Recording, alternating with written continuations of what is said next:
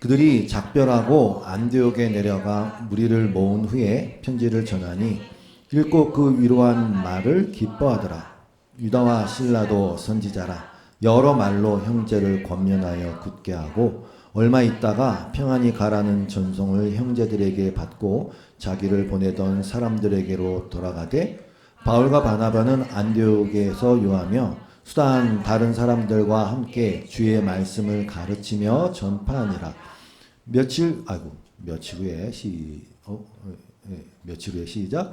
며칠 후에 바울이 바나바더러 말하되 우리가 주의 말씀을 전한 각 성으로 다시 가서 형제들이 어떠한가 방문하자 하고 바나바는 마가라 하는 요한도 데리고 가고자 하나 바울은 밤빌리아에서 자기들을 떠나 함께 일하러 가지 아니한 자를 데리고 가는 것이 옳지 않다 하여 서로 심히 다투어 피차 갈라서니 바나바는 마가를 데리고 배 타고 그브로로 가고 바울은 실라를 택한 후에 형제들에게 주의 은혜에 부탁함을 받고 떠나 수리아와 길리기아로 다니며 교회들을 견고하게 하니라. 아멘. 성도 여러분, 하나님은 완전하십니다. 하나님은 완벽하시고 하나님은 충만하십니다. 하나님은 실수가 없으십니다. 그리고 그 지혜는 무궁하십니다. 제가 한번 그런 말씀을 드린 적이 있는데 사실 요즘 물리학이나 양자역학이 발전하면서 그 과학이 하나님의 계심을 부정한다기보다 더 증명해 주는 것 같다고 말씀을 드린 적이 있어요. 하나님의 완벽하고 완전하고 실수가 없다. 그런 실존에 대해서 우리는 사실 옛날엔 조금 막연했어요. 그러니까 우리는 못 그런데 그런 존재가 있겠거니 이렇게 막연했어요. 상상만 할 뿐이었으니까. 근데 요즘은 좀 더 실체로서 이해할 수 있게 됐어요. 그 AI 때문에, 인공지능 때문에. 여러분, 그 인공지능은 절대로 사람이 이길 수 없는 계산 능력을 가지고 있어요. 바둑을 두면 100점 100패하게 되어 있어요. 왜 그런지 아십니까? 실수가 없으니까. 인공지능은 실수가 없으니까. 수천 년이 걸릴 계산을 수초 내로 끝낼 수 있으니까. 모든 지식을 한 번에 다 기억하면서 그것들을 이렇게 순식간에 비교할 수 있으니까. 그 방대함에 그것은 인간의 상상을 초월하죠. 그러니까 과학자들이 AI에 대해서 이번에 또 새로운 AI가 나왔거든요. 또 이런 얘기를 하더라고요. 이제는 그 인공지능이 어떤 식으로 계산을 하는지도 잘 모르겠대요. 왜냐하면 이게 스스로 학습을 하거든요. 인공지능이 뭔가 정보를 쫙 주면 이제 스스로 학습 딥러닝이라고 하는 스스로 학습을 해갖고 방법을 찾아내는데 이제는 인간이 들여다볼 수 없는 것 수준 그 정도 수준이 됐거든요. 그래서 잘 모르겠대요. 도대체 어떻게 그렇게 계산하는지. 그래서 바둑을 안 지는 거예요. 완벽한 수만 두기 때문에. 하나님의 속성 중에 그 옴니프레젠스라고 있어요. 어디나 계시는 하나님. 근데 그것도 조금 더 이해가 되기 시작했어요. 요즘은요, 옛날 같지 않아서 이 빅데이터가 모든 사람의 정보를 한순간에 어디든지 존재하면서 다 보고 알 수가 있는 그런 시대가 됐거든요. 그러니까 인간이 만든 AI마저도 그 정도인데 그들이 하나님의 흉내를 내지만 하나님, 그러니까 그런 걸 말씀드리기 하나님과 같다는 게 아니라 그런 인간이 만든 그 AI 수준도 그런데 그 차원과 본질이 다르신 하나님이 왜 완벽하지 않으시겠냐 이 말씀을 드리는 겁니다. 그 하나님의 신적 지혜 스스로 존재하시는 하나님의 영원성과 자존성은 영원히 신비로 남겠지만 우리는 성도로서 그걸 이렇게 추측해 볼 수 있단 말입니다. 하나님은 어디나 계실 수 있구나. 하나님은 완벽하고 완전하실 수 있구나. 하나님이 실수가 없을 수 있구나. 뭔가를 행하시는 데 있어서 이해는 할 수 없지만 과학자들의 AI의 계산법을 이해할 수 없듯이 이해는 할 수 없지만 그렇게 하나님은 할 수 있다는 뜻이죠. 근데 왜 하나님이 없다고 하냔 말이죠, 세상에. 하나님은 완전하시고 완벽하세요. 근데 문제는 그 완전하신 하나님이 우리에게도 이제 완전하라 이제 여기서부터 이제 문제가 되는 거예요. 하늘에 계신 너희 아버지께서 완전하신 것 같이 너희도 완전하여라 그랬어요. 주님 말씀하신 거잖아요. 여러분, 하나님은 거룩하세요? 근데 문제는 하나님이 그렇게 거룩하신 것처럼 너희도 거룩하라고 말씀하신 이게 문제죠. 이제 이게 문제로 다가오는 거예요. 그게 우리의 힘으로는 불가능한 것입니다. 그건 저한테 이 세상에서 가장 빠른 사람이 누군지 지금 잘 모르겠지만 우샤인 볼트처럼 100m를 9초대로 뛰라는 요구보다 더 말도 안 되는 요구입니다. 저는 제 힘으로 완전해질 수 없어요. 갑자기 저한테 손흥민보다 더 축구를 잘해서 이겨보라는 거하고 똑같은 요구입니다. 저는 그렇게 하나님처럼 거룩해질 수 없어요. 제 힘으로는. 이 하나님의 명령을, 이 하나님의 요구를, 그래서 정말로 그 요구를 고지그대로 받아들여서 자기 힘으로 그렇게 돼보고자 했던 사람 중에 대표 선수가 바리새인들이에요. 그 정말 흠이 없이 그렇게 뭔가를 이루어내려고 했어요. 사도 바울이 그랬지 않습니까? 빌립보서 3장 6절에서 열심으로는 교회를 박해하고 율법의 의로는 흠이 없다. 이게 완전하다는 뜻 아닙니까? 흠이 없다. 율법의 의로는 흠이 없는 자다 내가. 목숨을 바쳐서 율법을 지켰습니다. 그러니까 바울이 그러는 거예요. 율법을 지킴으로, 만약에 율법을 지킴으로 올바른 사람, 거룩한 사람, 완전한 사람으로 인정을 받는 것이라면 나는, 그렇게 따지면 나는 정말로 흠이 없는 사람이다. 그렇게 주장하고 있어요. 실제로 그래서 삶이 그랬으니까. 그래서 그가 열정적으로 교회를 핍박할 수가 있었던 거예요. 열심으로 교회를 박해했다 그랬잖아요. 왜? 자기가 옳다고 생각하니까. 난 흠이 없으니까. 너무나 큰 확신 가운데 자기가 행하는 이 일이 옳다고 생각하기에, 그래서 교회를 그렇게 열심으로 박해하고 심지어 사람을 죽이는 데까지 가도 괜찮았던 거예요. 그러니까 여러분, 엉뚱한 이 자기 확신이 무서운 이유가 여기에 있는 거예요. 성경이 말하는 믿음이라고 그걸 착각하면 그게 얼마나 심각한 문제가 일어나겠습니까? 사람들은요, 자기 확신에 가득 찬 사람을 보면 그냥 너무 자기가 너무 확신적으로 살고 너무 확신적으로 행동하는 사람을 보면 그 자체에 매료가 되게 돼 있어요. 제가 홈쇼핑 안 본다 그랬지 않습니까? 너무 확신적으로 좋다고 얘기하니까. 너무 확신적으로 얘기하니까. 왜냐하면 그렇게 하는 사람 자체가 드물어서 그래요. 왜? 우리 인간 다 갈 때 같아서 긴가민가 하면서 인생을 살고, 뭔가 결정할 때도 이 결정이 맞느냐 안 맞느냐, 막 음식 하나 고를 때도 이게 맞느냐 안 맞느냐, 이 대부분 다 그렇게 사는데 너무 확신적으로 너무 분명한 태도로 산단 말이죠. 그럼 거기 자체에 매료가 된단 말입니다. 그래서 사이비를 그렇게 따라가는 거예요. 사이비 교주들이 그렇게 확신적으로 얘기하는. 옛날에 포레스트 검프라는 영화를 보면 이 포레스트 검프의 IQ가 75인가 그래요. 아무튼 근데 굉장히 매번 성실하게 열심히 사는 사람이었어요. 아무튼 그랬다가 어떤 게 큰 마음 아픈 일이 있어서 이 검프가 달리기를 잘하거든요. 그래서 이제 그냥 달린 거예요. 막 너무 마음이 아프고 그러니까 그냥 달린 거예요. 너무 확신에 차서 계속 달렸어요. 계속 확신에 차서 달리니까 한 명, 두 명 그 검프를 따라서 달리기 시작합니다. 왜? 뭔가 영적인 신비한 게 있다고 생각해요. 왜 저렇게 확신에 찰 수가 없어? 저렇게 흔들리지 않고 뛸 수가 없어. 비슷해요. 너무나 큰 확신 가운데 살고 너무나 큰 확신 가운데 말하니까 저게 답인가 보다 하고 따르는 것입니다. 그러나 구원은 그런 게 아니에요. 아무리 자기 확신을 가지고 아무리 열정적으로 완전을 추구해도 불가능해요. 아무리 거룩하려고 해도 하나님의 거룩을 따라갈 수는 없어요. 불가능합니다. 그렇다고 제가 여러분에게 확신을 가지고 살지 말라는 게 아닙니다. 성경은 우리에게 배우고 확신한 일에 거하라고 권면하지 않습니까? 근데 말씀을 잘 읽어야 돼요. 근데 중요한 게 뭐냐면, 읽어볼게요. 디모데후서 3장 14절이에요. 그러나 너는 배우고 확신한 일에 거하라. 너는 네가 누구에게서 배운 것처럼, 이렇게 시작이 되는데 세 번역으로 읽어볼게요.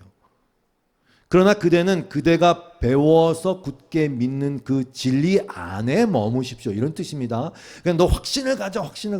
그 진리 안에 머무십시오. 근데 그렇게 하기에 중요한 두 가지가 있어요. 그대는 그것을 누구에게서 배웠는지 알고 있습니다.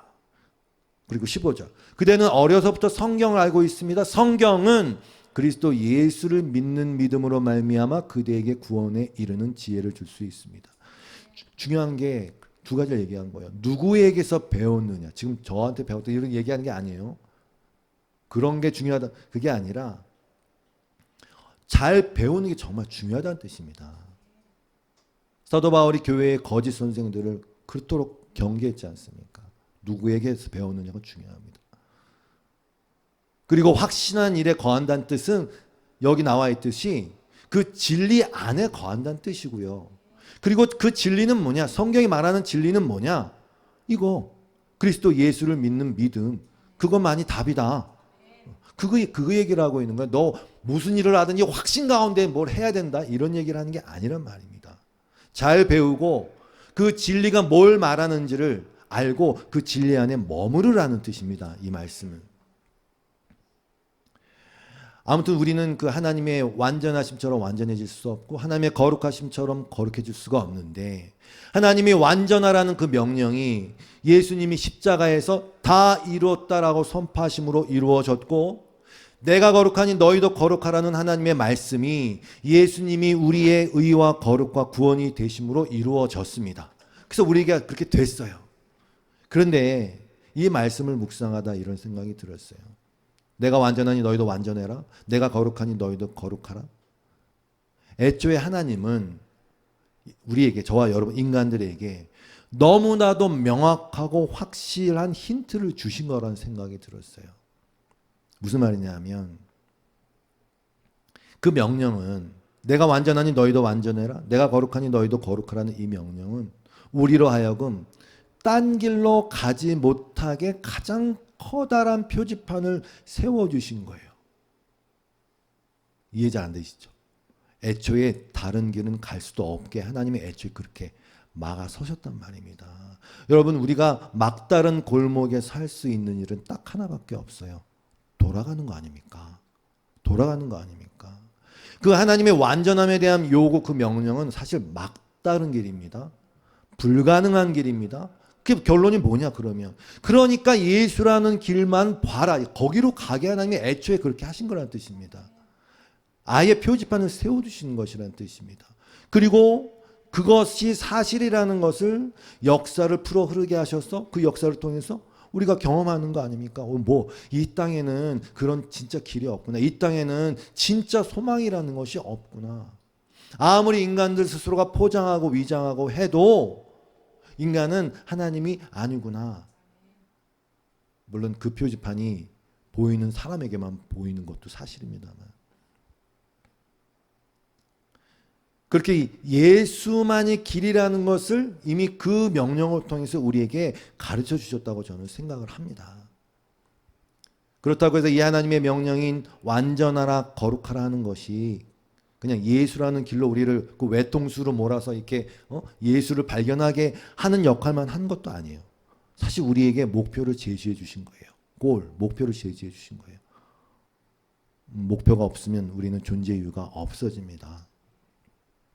목표, 지향적인 삶을 살라는 말은 아니에요. 목표, 그게 무슨 목표든 목표를 딱 세워놓고 그 목표가 이끄는 삶을 살라는 말이 아니에요.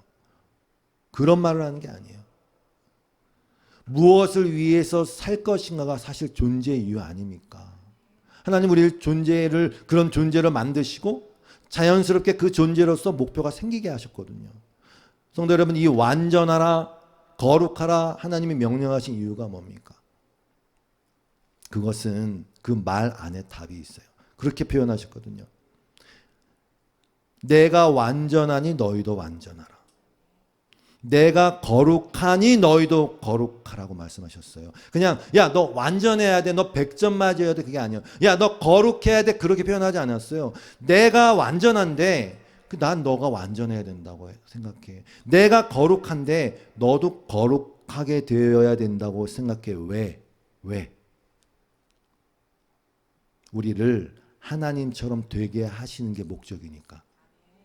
교만해져서 하나님 흉내 내는 것이 아니라 우리를 하나님의 가족, 하나님의 권속, 신의 성품에 참여한 자, 하나님의 자녀가 되게 하신다는 뜻이에요. 그래서 그렇게 표현하신 거예요. 내가 완전하니 너도 완전하자. 내가 거룩하니 너도 거룩하자. 야, 우리 함께 하자.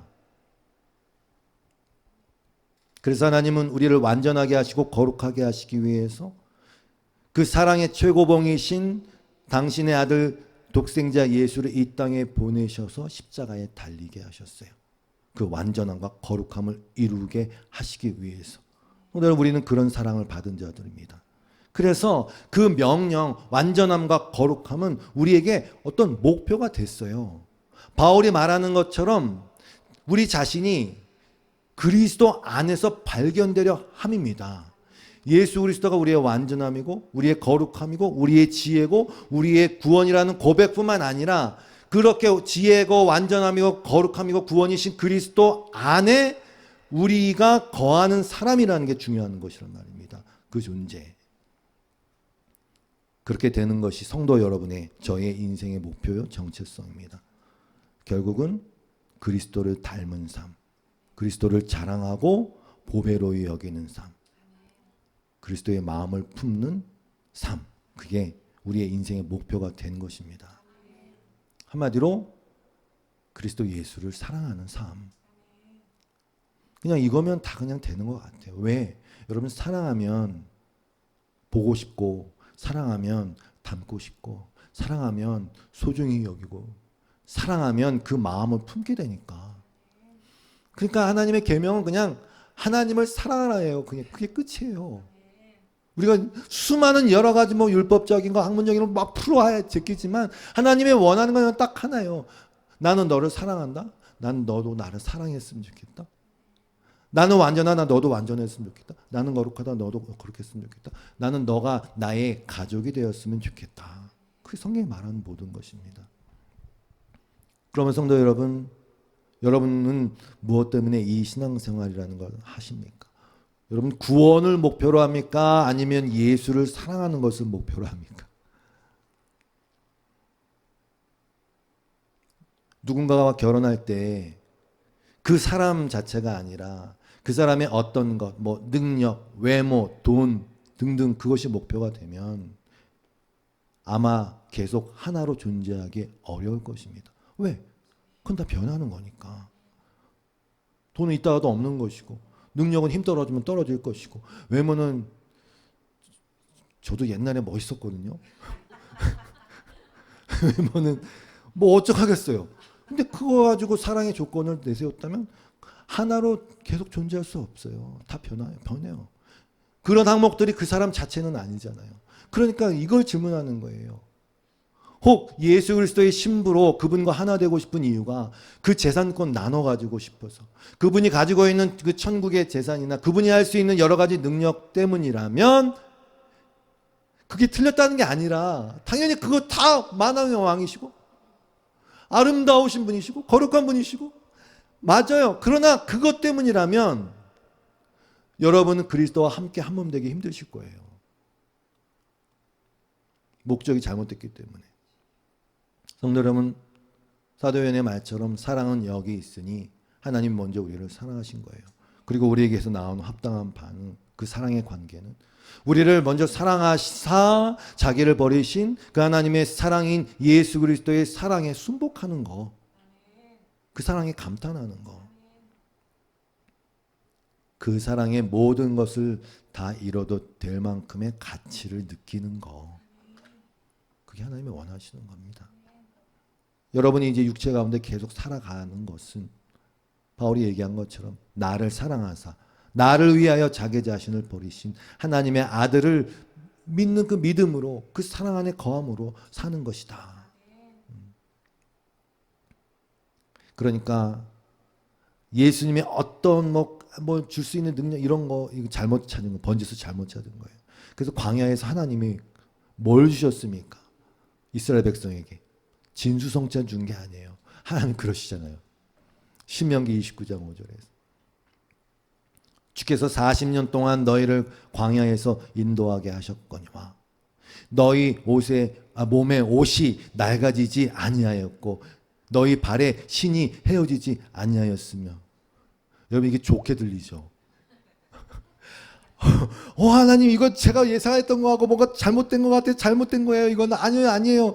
제가 원하는 것은 유행에 따른 차도 좀 바꾸고 옷도 좀 바꾸고 집도 좀 바꾸고 신도 좀 바꾸고 내가 원하는 것을 좀 하면서 그런 걸 원하지. 내가 언제 똑같은 옷을 40년 동안 헤어지지 않고 신발이 헤어지지 않는 걸 내가 그걸 바랬으면 여기 안 왔을 거예요. 나 애굽으로 돌아갈래. 맨날 이 소리 했단 말입니다. 맨날 같은 옷 입고 40년? 그럼 말이 안 되는 거 아닙니까? 그럼 여러분 어떻게 하실 거예요? 여러분이라면. 하나님 만나만 먹고 어떻게 살아요? 영양이 부족합니다. 고기를 주세요. 그래서 막 그냥 고기 냄새가 막 입에 진동할 때까지 하나님이 메추라기를 먹이셨는데 요즘 또 비건이 유행입니다. 또. 그러니까 하나님 마음을 몰라도 너무 모르는 거예요. 하나님은 이거 모르겠어요. 이게 뭐 맞는 비유인지 모르겠다. 사랑하는 사람은 야 우리 냄비 하나 갖고 숟가락 하나 갖고 그냥 살자. 너랑 나랑 사랑하는 게 중요하지. 갖고 하는 게 중요하냐 뭐 이런 마음이요. 사실 하나님이 야 나는 너랑 동행하고 싶어. 너가 완전하고 거룩해져서 나는 너랑 하나가 되고 싶어. 나는 너를 사랑하고 싶어. 그리고 너의 사랑도 받고 싶어. 그런데 거기다 계속 막 뭐 집이 어떻고 차가 어떻고 뭐야 뭐가 부족하고 야 뭐 반찬이 왜 이래 뭐 맨날 이러고 있으니 모르는 거예요. 하나님 지금 그렇게 사는 거예요. 계속 돈에 환장하고 애굽에 환장하고 세상에 환장하고 하나님 계속 우리에게 동행하자 사랑하자 동행하자 사랑하자 계속 쟤는 안 그러는데 쟤는 더 멋진데요 뭐 이러고 있으니 계속 다른 남자인 세상에 춥 하나 던지고 있지 않습니까? 하나님의 마음을 모르는 거예요. 그래서 하나님의 마음을 뭐 제가 잘나서 이런 얘기 드리는 게 아니라 그 마음을 조금 알게 됐어요. 주님의 은혜로. 그 하나님의 마음을 잘 아는 저와 여러분 되었으면 좋겠어요. 그러면 말씀드리잖아요. 은혜가 왕노릇한다는 의미를 말씀드리잖아요. 그러면 뭘 이렇게 막 그냥 지키고 결정하고 무슨 뭐 조직을 짜고 그런 게 중요한 게 아니에요. 하나님의 마음을 좀 알아들으면 하나님 그 제일 기뻐하세요. 그게 바로 믿음이라고 하는 거 아닙니까? 믿음을 찾는다고 하지 않습니까? 사도 바울이 일체의 비결을 배웠다고 하신 이유가 뭔지 아십니까? 그건요, 하나님의 관심사가 오직 믿음에 있다는 것을 알았기 때문에 그래요. 그러니까 다른 것들이 별 의미 부여가 안 되기 때문에 가능해지는 겁니다. 일체의 비결. 비천함에 처할 줄도 알고 풍부함에 처할 줄도 알고 때로 막 잘 먹기도 하고 못 먹어도 그 자체가 별 의미가 없는 거예요. 왜? 다시 말씀드리지만 하나님의 관심사는 사랑에 있다니까요. 믿음에 있다니까요.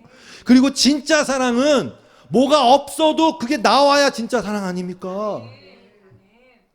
그래서 그 광야를 끌고 가는 겁니다. 그리고 우리의 실체를 폭로해 주시는 겁니다. 호세에 나오는 고멜처럼 여전히 삐죽삐죽거리면서 그 절대적인 사랑, 나의 사랑 나의 어여쁜 자야 하면서 난 네가 좋다. 나는 그냥 야곱을 기도하셨잖아요. 내가 야곱을 사랑하지 너희를 사랑한다. 그냥 그 사랑 그거 주시는데 계속 그렇게 하고 있는 애굽을 그리워하고 있는 그것도 보여주시면서 회개하게 하시면서 하나님 사랑하고 싶은 마음을 억지로가 아니라 율법에서가 아니라 그 사랑의 마음을 성령님 통해서 여러분 다 갖게 되셨잖아요. 그렇게 우리가 뭐 내가 여러분 자신이 부족한 거 우리가 모릅니까? 다 알잖아요. 하나님의 관심사는 믿음에 있어요. 사랑에 있어요. 소망에 있어요. 예수 그리스도 안에 있게 함으로써 잠언은요 삼으신 거예요. 그래서 문제가 안 돼서 일체의 비결을 배웠다 고백할 수 있는 겁니다. 그러니까 자녀됨의 가치를 알면 아무리 가짜 가치들이 설쳐돼도 조금 이렇게 하다가도 아유 아니잖아 신경 안 쓰게 되는 거예요.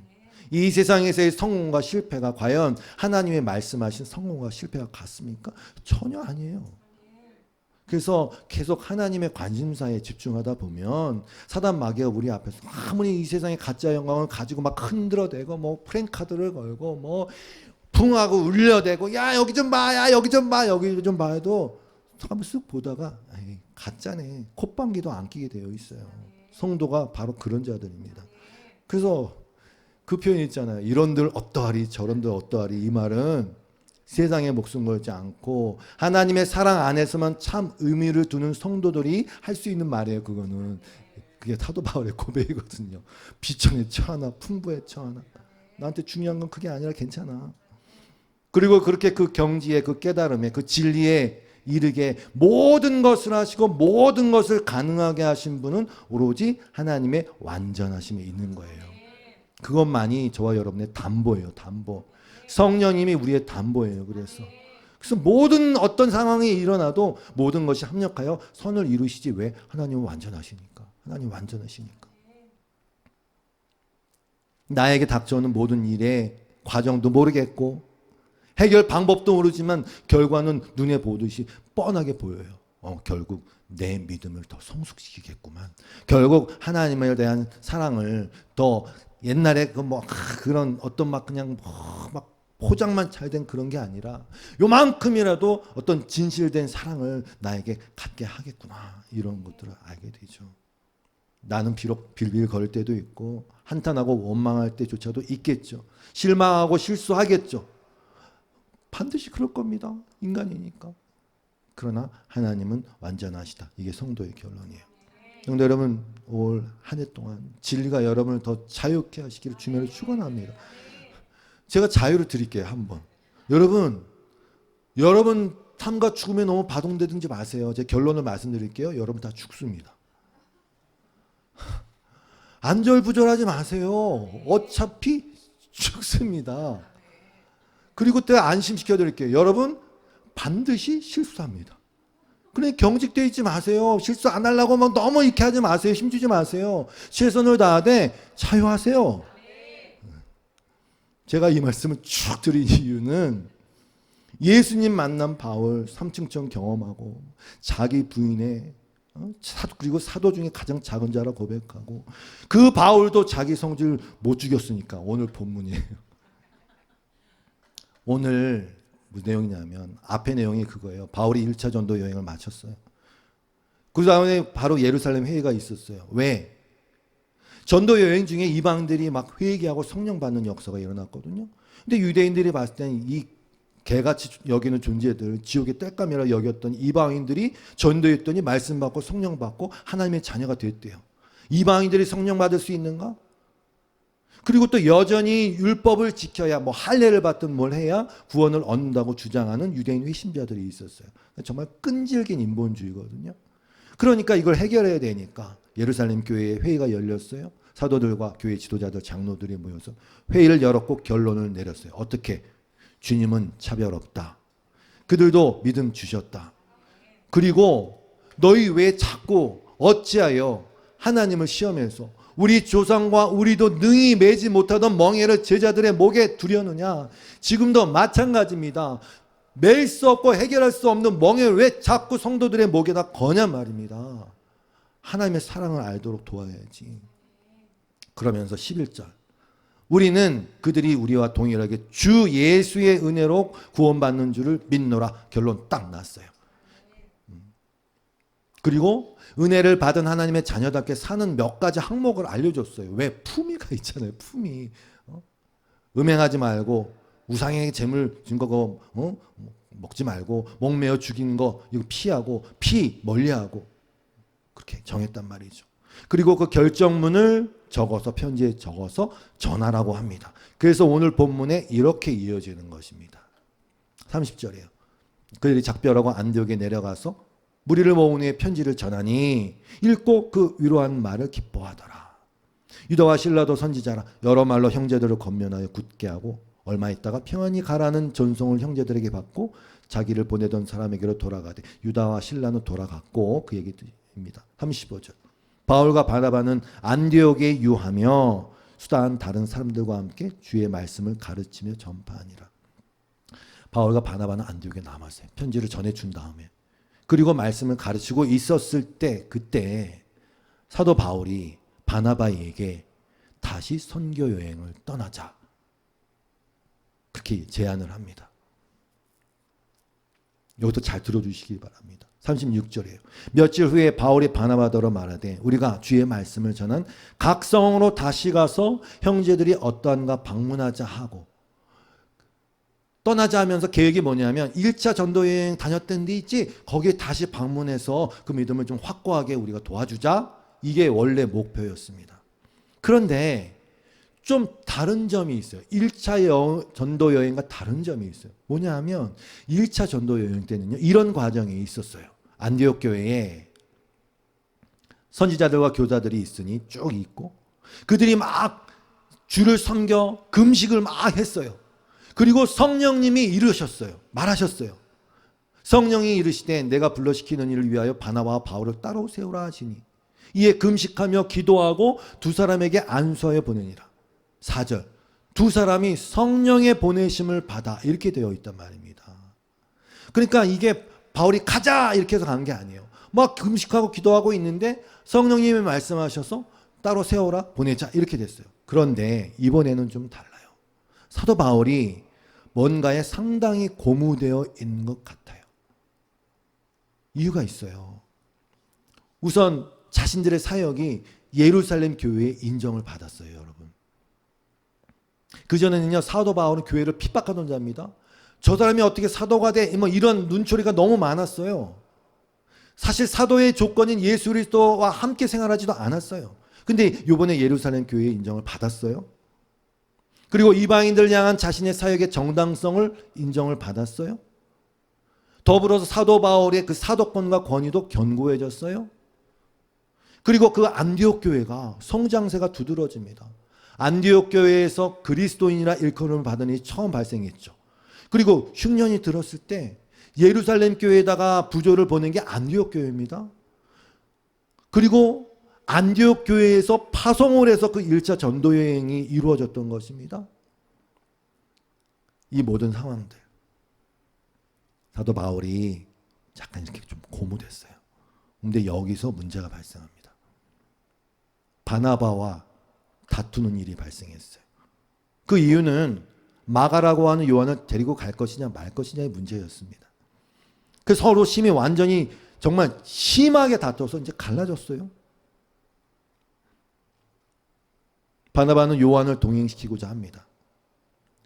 여러분 마가의 다락방의 그 마가입니다. 마가라 하는 요한입니다. 그리고 이 마가는 바나바의 사촌입니다. 생질, 사촌 관계예요.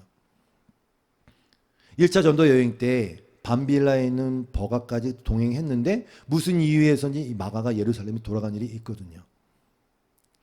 사도 바울이 그러는 거예요. 이 사건을 언급하면서 이건 같이 또다시 동행하는 건 옳지 않다라고 얘기합니다. 옳지 않다라고 얘기합니다. 뭐 고려해보자 이런 게 아니라 옳지 않다라고 얘기합니다. 한마디로 그런 중도 포기자와는 일 못하겠다는 것입니다. 사도 바울이 보기에 그런 사명감 없는 사람과는 일 못하겠다는 것입니다. 그래서 크게 다퉜어요. 근데 여러분 바나바 아시죠? 바나바는요 사울이 그렇게 회심하고 뭐 눈이 뭐 안 보였다 보여지고 막 이럴 때 사람들이 다 손가락질하면서 어떻게 저 사람을 믿을 수 있지 했을 때 가장 앞장서서 사도 바울을 위해 헌신하고 그를 변호한 사람이 바나바였어요. 다른 사람이 아니라 바나바였어요. 바나바는 착한 사람이고요. 성령과 믿음이 충만한 사람이었어요. 근데 여러분은 이 상황을 어떻게 보십니까?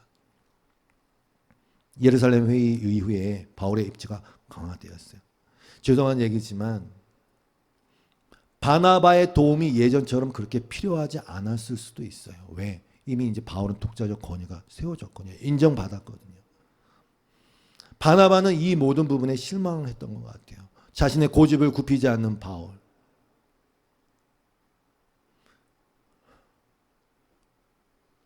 사람이 그래요. 약간 배신감 같은 것도 느꼈을 게 분명해요. 그날 이후에 사도 바울은 자신의 그런 행동에 대해서 후회 같은 것을 드러내요. 그래서 계속 마가에 대해서 강조합니다. 함께 사역 안 해! 이랬던 마가를 보세요. 골로새 4장 10절이에요. 바나바의 사촌인 마가가 여러분을 문안합니다 하면 가로 열고 마가가 여러분에게 가거든 잘 영접하라는 지시를 여러분이 이미 받았을 줄 압니다. 잘 영접해라. 디모데후서 4장도 마찬가지예요. 데리고 올 때 마가를 데려와라 부탁합니다. 빌레몬서에도 마찬가지예요. 나의 동역자 마가 먼저 마가의 이름을 얘기합니다. 바나바는 사울과 다툰 이후에 고향으로 떠나버립니다. 구브로가 그 고향이거든요. 1차 전도 여행지 한 지역이었지 않습니까? 바울은 신라를 택해서 동역자 삼아서 파송을 받습니다. 그런데 바울이 안디옥에서 파송을 받을 때 그 장면이 오늘 본문에 나와 있는데 바나바는 매우 화난 사람처럼 그냥 그 즉시 짐 싸서 훌쩍 떠나버린 사람처럼 묘사가 됐고 바울은 어떻게 됐느냐 15장 40절이에요. 이렇게 돼 있어요. 바울은 신라를 택하고 신도들로부터 주님의 은혜가 함께하기를 바라는 인사를 받고 길을 떠났어요. 이게 표현이 그래요. 개역개정에는 주의 은혜의 부탁함을 받고 이렇게 되어 있어요. 저는 이 말씀이 이렇게 마음에 확 와닿은 거예요. 주님의 은혜가 함께하기를 바라는 인사를 받았다. 주의 은혜에 사도 바울을 부탁했다니까요. 이게 무슨 말 같으세요? 야, 사역 가운데 은혜가 넘치길 바란다, 이 말 같으세요? 뭐 모르겠어요. 그 말일 수도 있어요. 근데 그들은 다툼의 현장을 다 봤잖아요. 그렇게 서로 위하면서 함께 동행했던 바울과 바나바가 다퉈서 찢어진 걸 봤잖아요. 그 현장을 봤잖아요. 그래서 바울을 다시 주님의 은혜에 부탁하는 것입니다, 여러분.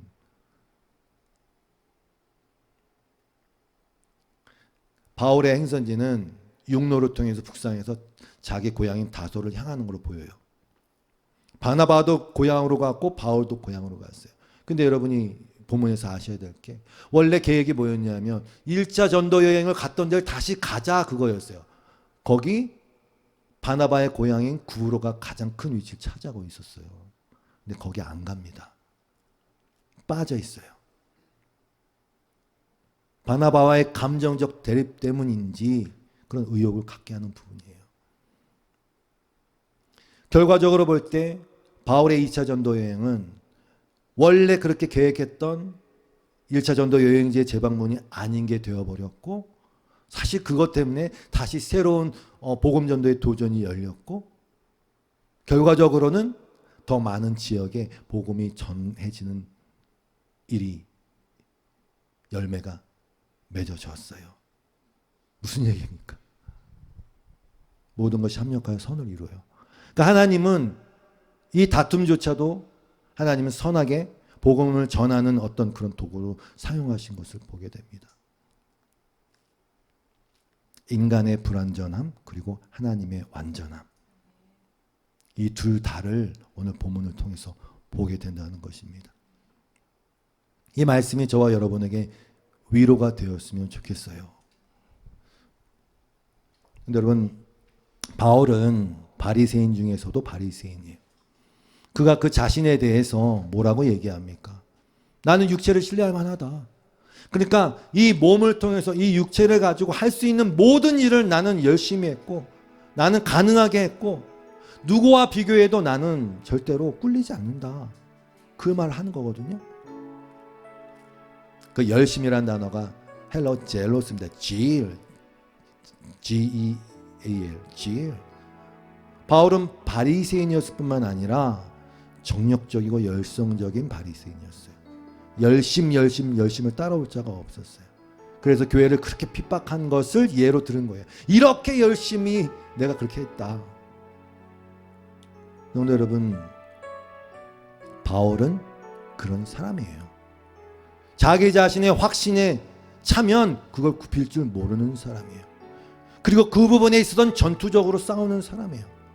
그래서 이방인하고 식사하다가, 베드로가 이방인하고 식사하다가 예루살렘에서 유대인들이 내려온다고 하니까 뭐 문제가 일어날 수 있으니까 복잡하니까 슬그머니 빠지려고 한 그것도 사도 바울의 마음에 안 든 거예요. 그냥 막 그 앞에서 면박을 주고 그런 사람입니다. 근데 여러분, 바울이 뭘 봤을 것 같아요? 죽을 때까지 변하지 않는 자신을 보는 겁니다. 죄인 중에 괴수라고 자기 자신을 칭할 수밖에 없는 그 자신을 보는 것입니다. 그리고 이렇게 고백하게 되는 거예요. 내 은혜가 내게 족하다. 내 능력은 약한 데서 완전하게 된다. 주님 말씀하셨잖아요. 그러므로 그리스도의 능력이 내게 머무르게 하기 위하여 나는 더욱더 기쁜 마음으로 내 약점들을 자랑하려고 합니다. 이렇게 얘기합니다. 그 약점이 그냥 육체의 어떤 병든 그것뿐이겠습니까? 아니요. 바울은 다 알고 있는 거예요. 내 약점이 뭔지.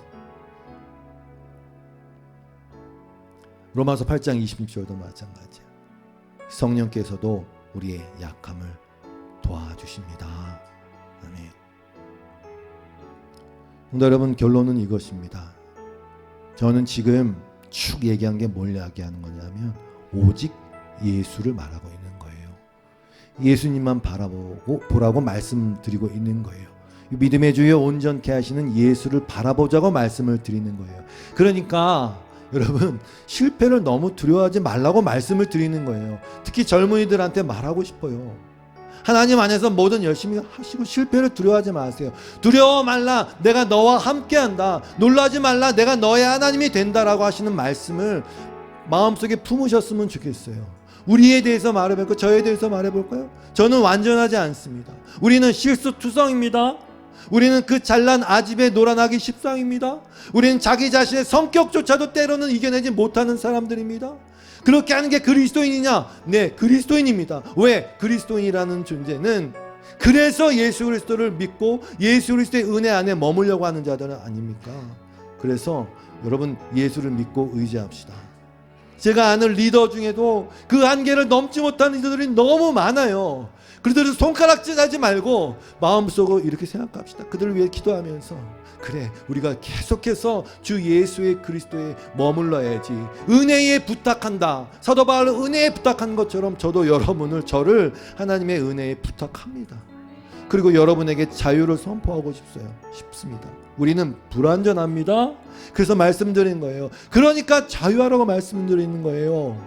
하나님은 완전하십니다. 그래서 자유합니다. 모든 것을 합력하여 선을 이루시는 하나님을 의지하고 신뢰하고 기뻐하고 사랑하고 찬양하고 예배하고 그리고 자유합시다. 아멘. 우리 찬양의 고백으로 올려드립시다. 주여, 우리는 연약합니다. 주여, 우린 연약합니다. 우린 오늘을 힘겨워합니다.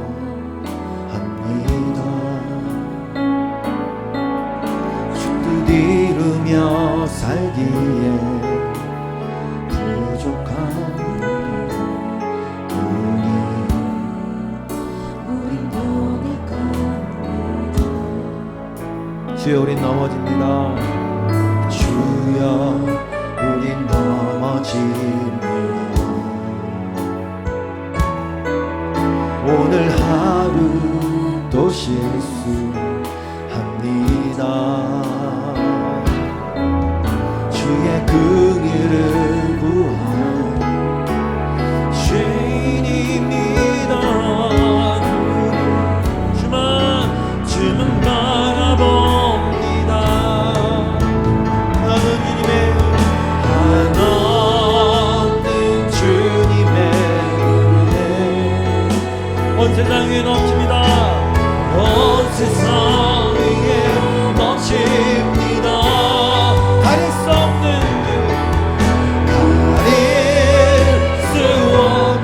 주 영광 온 땅 위에 주만 없으나 주님만 우리 그 길 따라갑니다. 우리 그 길 따라갑니다. 아멘. 그날 우리 이루시 주는 완전합니다. 주는 완전한 그날의 우리를 이루실 주님을 찾아갑시다. 그날의 우리를 이루시 주는 완전한 한 번 더 선포합시다. 그날의 우리를 이루시